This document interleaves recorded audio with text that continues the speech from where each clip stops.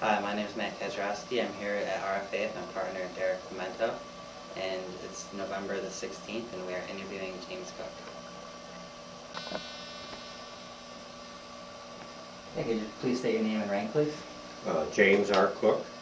My former rank was Staff Sergeant E5, Instructor, and Platoon Sergeant. Where did you grow up? I grew up in Utica, New York. Did you have any brothers and sisters? I'm the oldest of 7. What was your main reason for enlisting? That's a tough question. I grew up during the Second World War.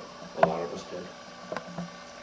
When we were in third year, starting our third year of high school, about 10 of us joined the National Guard. Why did we join? I really can't remember. But we knew that probably it was the thing to do. How was your basic training? Was it? We had a lot of basic training before the Korean War broke out. At the time of the breakout, I was a private first class in the New York Army National Guard. Our training was substantial because our first sergeant and field first, who was a master sergeant, were both combat veterans of the Battle of the Bulge in World War II in Europe.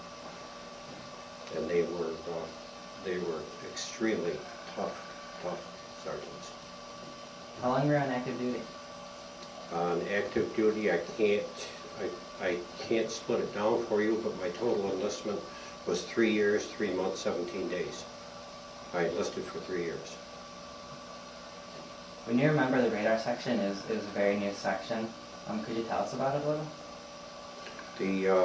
The range platoon,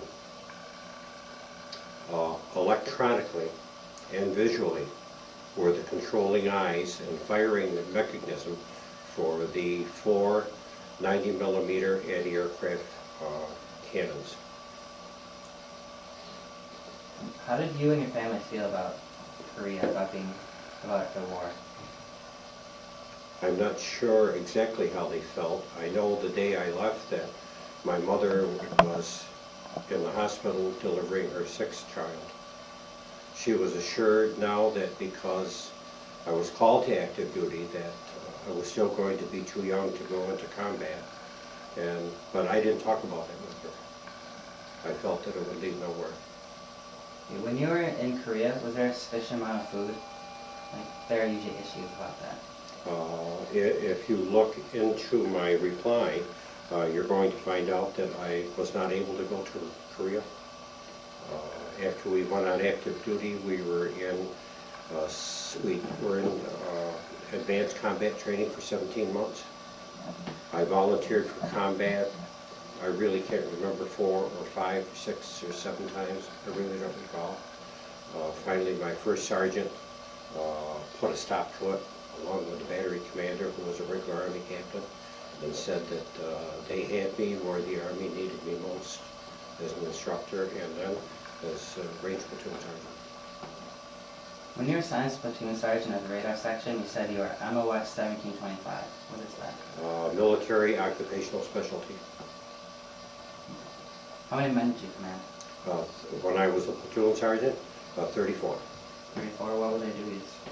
What were they duties? Well, there were 2 sections, actually 3. The first section where I started off was the radar section.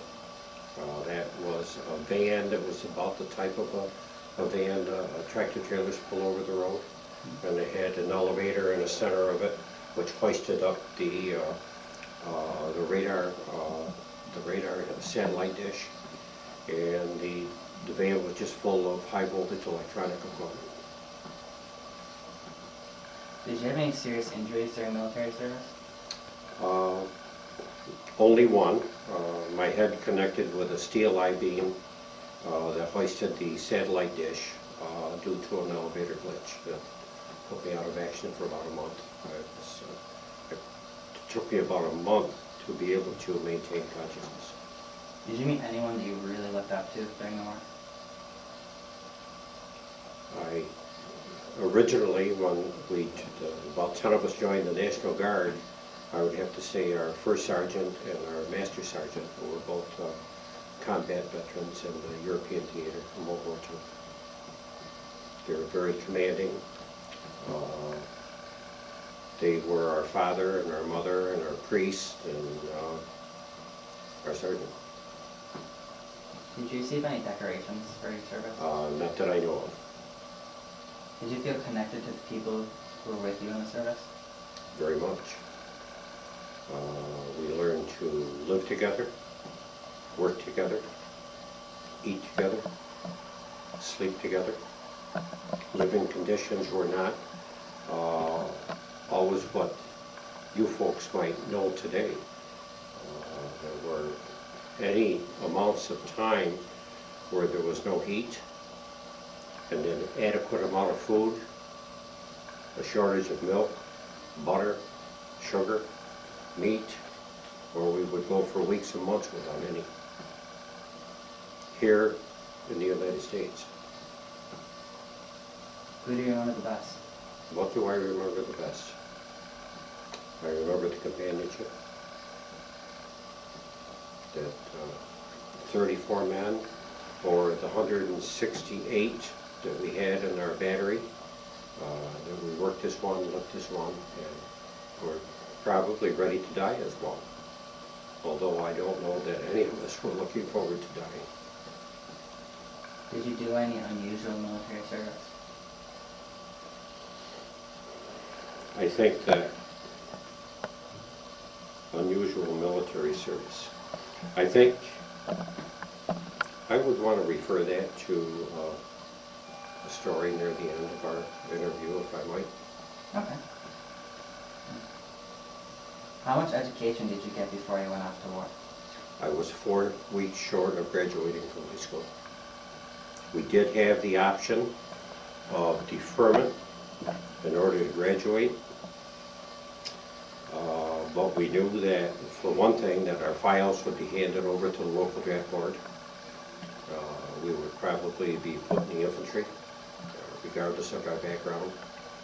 But most of all, we had made an obligation when we enlisted to our military and our government, so we felt that we needed to go. That was a choice every one of us made. Did the war change your life in any way?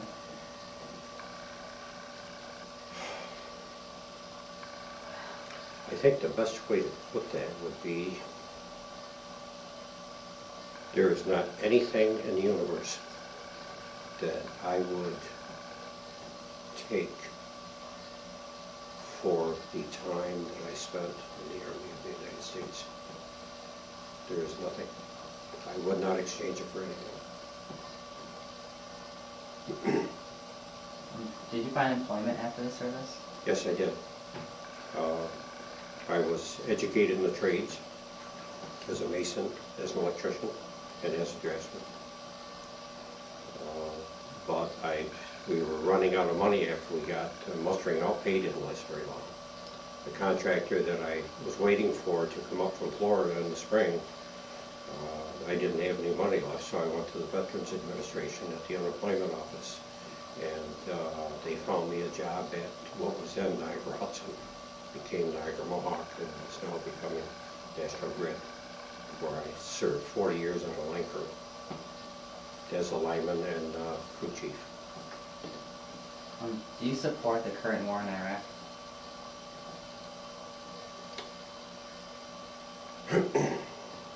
I had expected that you would ask me a question like that as we discussed the wars of the 20th century.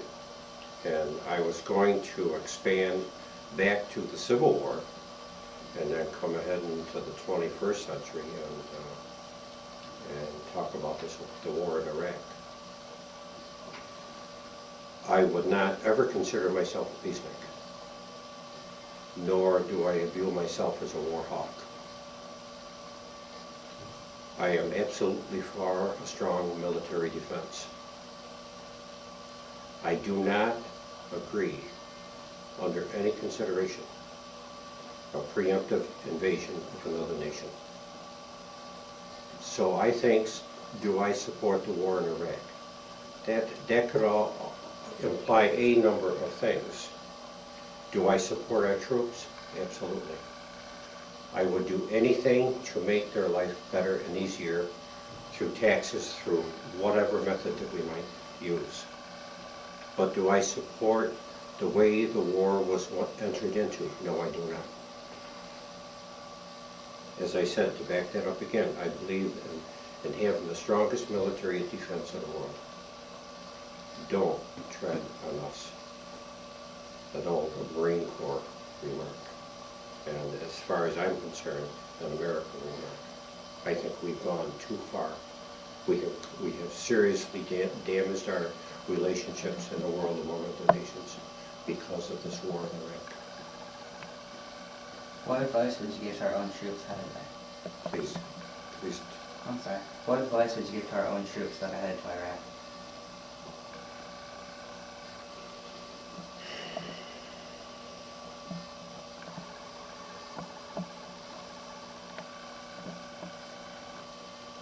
You're taking me off my pins.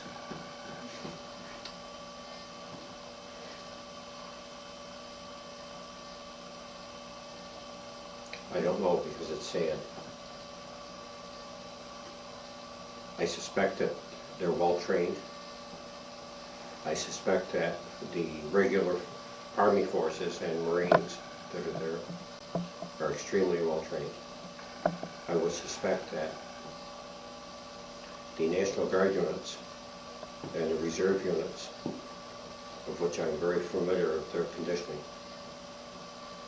perhaps could have used more severe training,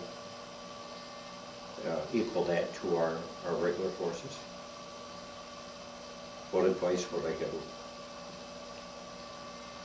There is nothing I can say lightly. I hope that God is on their side. I hope that God watches over them, I should say. Do you have any closing remarks, things that we didn't cover that you'd like to touch upon?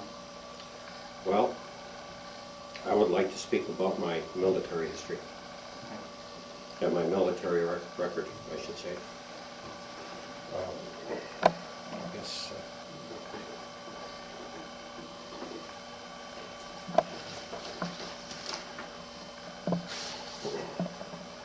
Jim Cook is not a hero.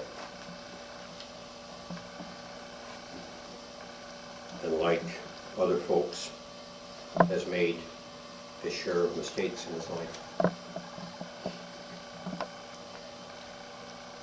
After being discharged for a while and having to send my military records out for certain issues, there is something on the back of my military record that states, not recommended for the Good Conduct Medal. I did not apply for the Good Conduct Medal. I spoke in my answers to your questionnaire because one said, what officers did you admire? Every group of people in the world are made up of human beings. And they fall out on a scale from right to the left. And I don't mean conservative and liberal necessarily. There are some men at that time, there were no women in the regular Army forces, that were not capable of promoting good leadership. Perhaps for a moment, I wasn't either. When I was a corporal, we'd been out on maneuvers for 5 weeks. We had had no toilet facilities, no heating facilities. It was winter time, no hot food, no coffee, no nothing. We dug holes in the ground and lived. For our 90mm cannons, we had small bulldozers that would help us dig the ground to bury them and enforce them. Near the end of this 5 weeks, the first sergeant came through with obviously a second lieutenant, and he was making some negative remarks about our performance. We did not know that we had a new battery commander. We came in, as I can remember, on a Thursday afternoon into our regular base at Camp Edwards, Massachusetts. Cleaned our equipment. Took us about a day and a half to do it. Got ourselves back up to standards. And on Friday afternoon found out that the battery was restricted for the weekend. Even though we all had Class A Liberty passes and could go through the main post, or the main gate of the post, without any question. But we were restricted for the weekend, which we didn't agree with, but we had nothing, there was nothing we could do about it. Then as the Friday afternoon wore through, we were finding out that there were members of the battery that were getting weekend passes because they were going into the commander's office and relating sob stories to him, and he was foolishly approving them. This fellow was a 19-year-old second lieutenant. And I'm going to avoid using a word that they might use in the Navy, but the troops were becoming unsettled, wanting to know what was I going to do as a section leader. I went down to see the first sergeant. The first sergeant informed me that I was not going to see the battery commander. So I went back. A number of us in the battery, the size of about 165 men, went home for the weekend, or wherever one goes for the weekend. They pulled a 0-200 hour bed check on Sunday morning. Everyone that was not in their bunk was considered absent without leave. So I lost 2 days. 84 of us lost 2 days under that article, a Saturday and a Sunday. Certainly not duty time for any one of us. But we left under a restriction. When we came in for noon chow on Monday morning, or Monday noon, I opened the back door of the barracks and saw the bulletin board, and right away I knew there was something on the bulletin board that I didn't like. As I walked up to look at it, there were court-martial charges filed against 84 men in our battery. I was a senior non-commissioned officer. Everyone that had rank was busted down to private. Those that did not have rank had 2 weeks restriction and cleaning duties. Today, when I look back on that, it's not anything to be proud of at all. In fact, after that, there was a opening, or some openings, in a 664th AAA gun battalion that was going to Austria. I went down to the first sergeant to get my release papers and transfer papers to the 664th. And he gave them to me. That was probably a day or two later. By the way, we all had the right to request a court-martial. No one requested a court-martial. We knew we were wrong, and we had to take it on the chin. That's where I had to head. So I packed up my gear, took the post bus, went across the post, and got to the 664th, and there was no room left. So back to the 336 I went. The first sergeant, besides being the father and a mother and a priest and a combat veteran, wanted to know what was I doing back there. He didn't have the answer to that question. He said, okay, take it to your barracks. Later in the afternoon, I got a call from the battery clerk saying that the first sergeant wanted to see me. And I went down and reported in, and he said the battery commander would like to see you. And I thought to myself, oh my God, the 19-year-old 90-day wonder, where am I going to go? So the first sergeant took me in the commander's room, and here was a man that was about 40 years old, had captain's bars on his shoulders, and boy did I snap to. And he said, Cook, he said, I've been going through your file. And he said, I don't see any reason why that you made it once, that you couldn't make it again.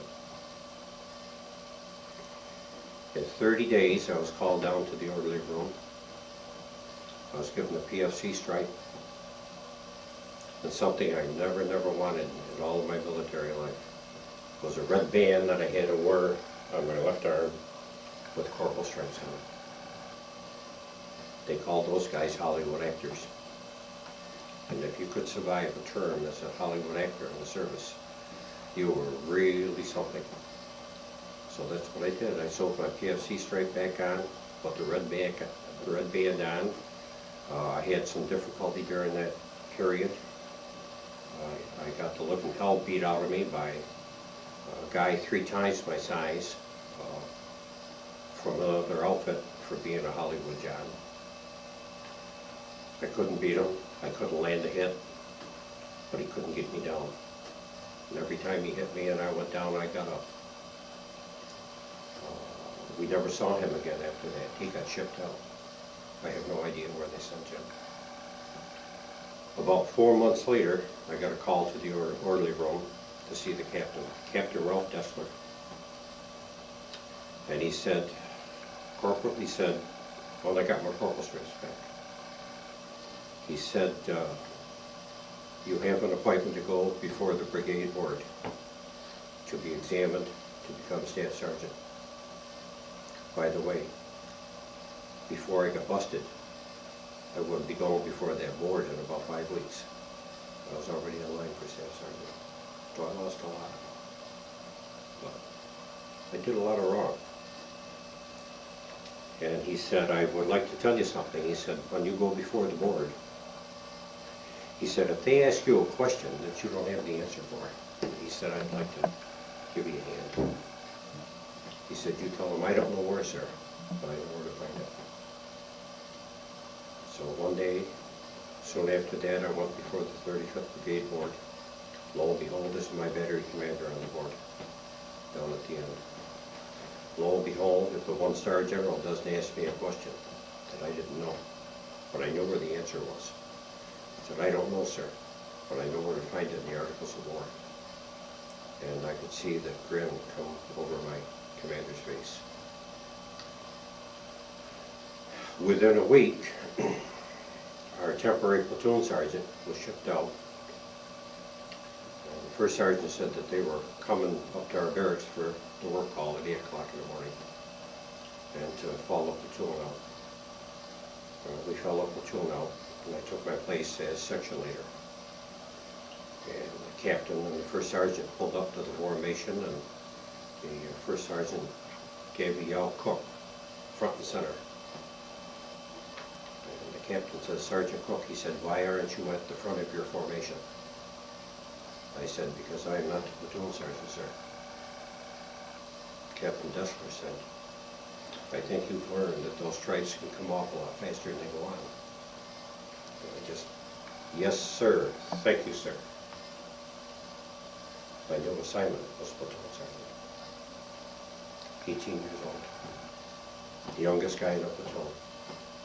The average age was about 21 to 22. And after the first sergeant and the captain got out of sight, I want to tell you, there was some hip hoorays. And then we went on about our business.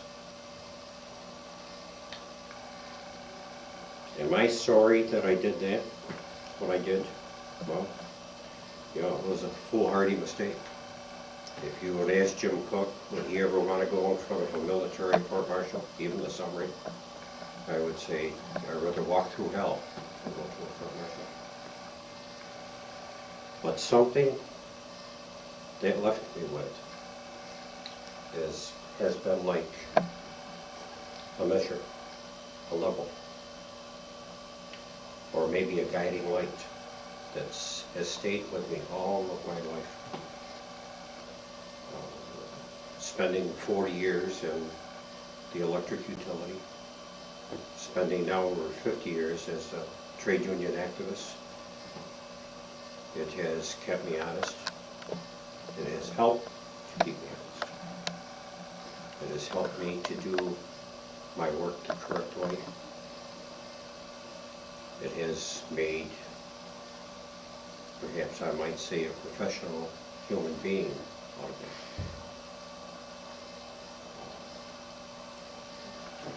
If my dad didn't teach me well enough, and I hardly believe that, that was a tough lesson learned.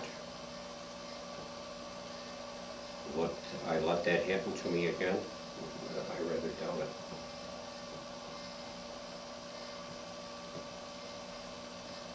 Anything else? Well, I did bring a couple of items with me. When you've got a record that's in your home continuously for over 50 years that says that you're not eligible for the good conduct medal, those are the words. Those were worse than the court-martial. Those were worse than a bust down the private. Those were worse than losing my opportunity much, much earlier to become a staff sergeant. So I brought a couple of items with me that I would share with you. And one is a proclamation that's registered in the Congress of the United States. It was given to me by our Congressman, Sherwood Bowman, in 1993. And I am not going to read the words. They rather make me feel quite good. It talks about my being a platoon sergeant.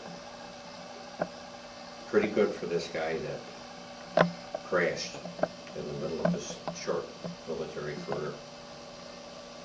And then I received one last year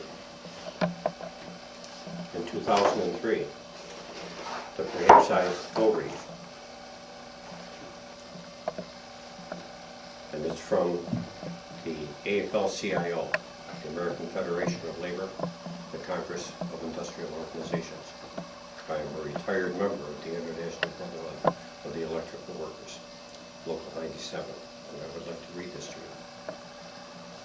Presented by the AFL-CIO Central New York Labor Council on the 28th of April in 2003 to James R. Cook, in grateful appreciation of your legacy, past president of the Labor Council, outstanding union member of the community, you have helped build a better place in which to live, work, and raise our children.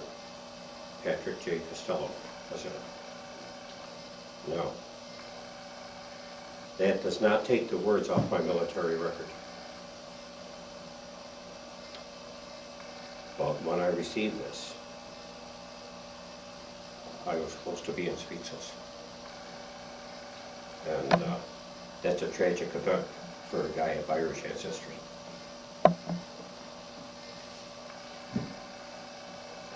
Thank you very much. You're very welcome.